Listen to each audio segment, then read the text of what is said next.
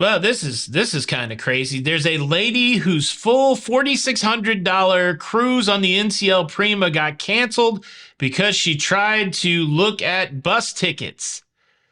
Yeah, she lost all of her money. It's a crazy story and a cautionary tale, and it could happen to all of us. What not to do, I guess, when booking a cruise? Let's talk about it.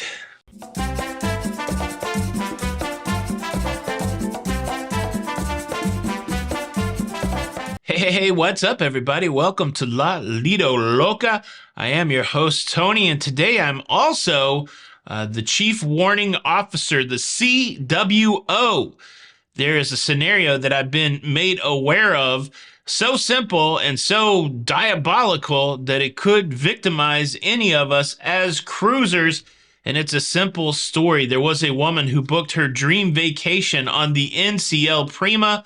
She used their uplift feature to spread her payments out over time, and she's in for $4,600 for this cruise vacation. She was 21 days away from going on her cruise. She was looking at the bus transfer option to get her family and herself from the Orlando airport over to the cruise port in Port Canaveral.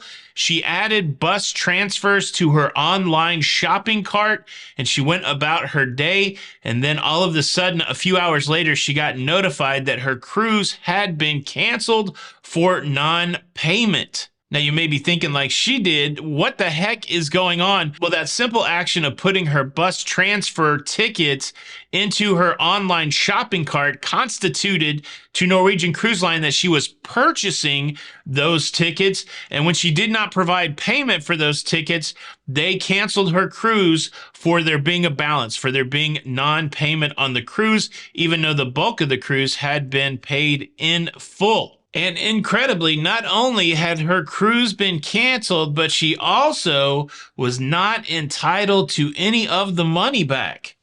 So just by putting those bus transfers into that online shopping cart, she was now out over $4,600.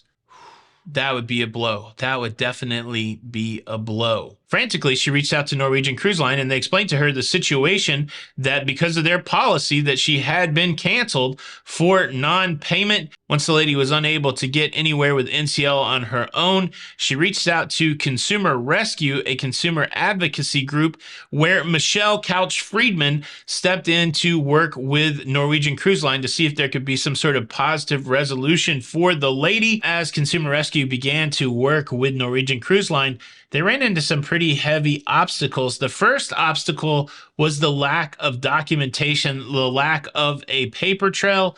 There is some sort of conversation whether or not the ability to unsend an email exists when it comes to this process. But unfortunately, the lady did not have a very good trail of documentation that showed her payments and her cancellation, that kind of thing. So that was the first obstacle to overcome. And then really the second big obstacle was Norwegian Cruise Line's policy when it came to what happens when there is non-payment on things like bus transfers and excursions. The thing that has to be so frustrating for this lady is she says very plainly that she thought she was just looking at the bus transfers, that she wasn't really committing to the bus transfers, that she was just looking at options and trying to weigh all of her options out. And so, there was some confusion for her whether or not this was actually what put her into non-payment. As Consumer Rescue worked with Norwegian Cruise Line said very directly, yes, it was this process that caused the cancellation.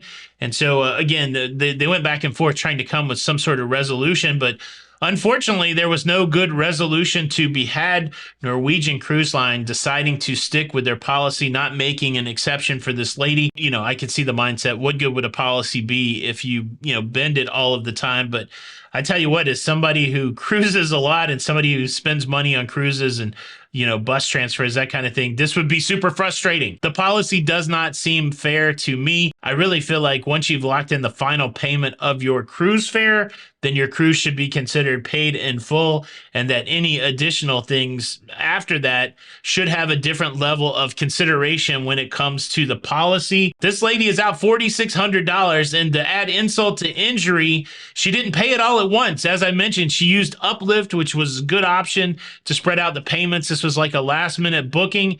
And so now every month for the next 11 months, she's going to have to pay over $400 for a cruise that she does not get to go on. And yeah, essentially that's just money gone. Money, that she's not going to get anything for. It's a horrible story. I don't know what I would do in that situation. I think I would, you got to pay your bills, obviously, but I would be very unhappy every time I paid that monthly payment on the cruise I didn't get to take. Please, please, please, if you take away anything from this video, make sure that you got that paper trail.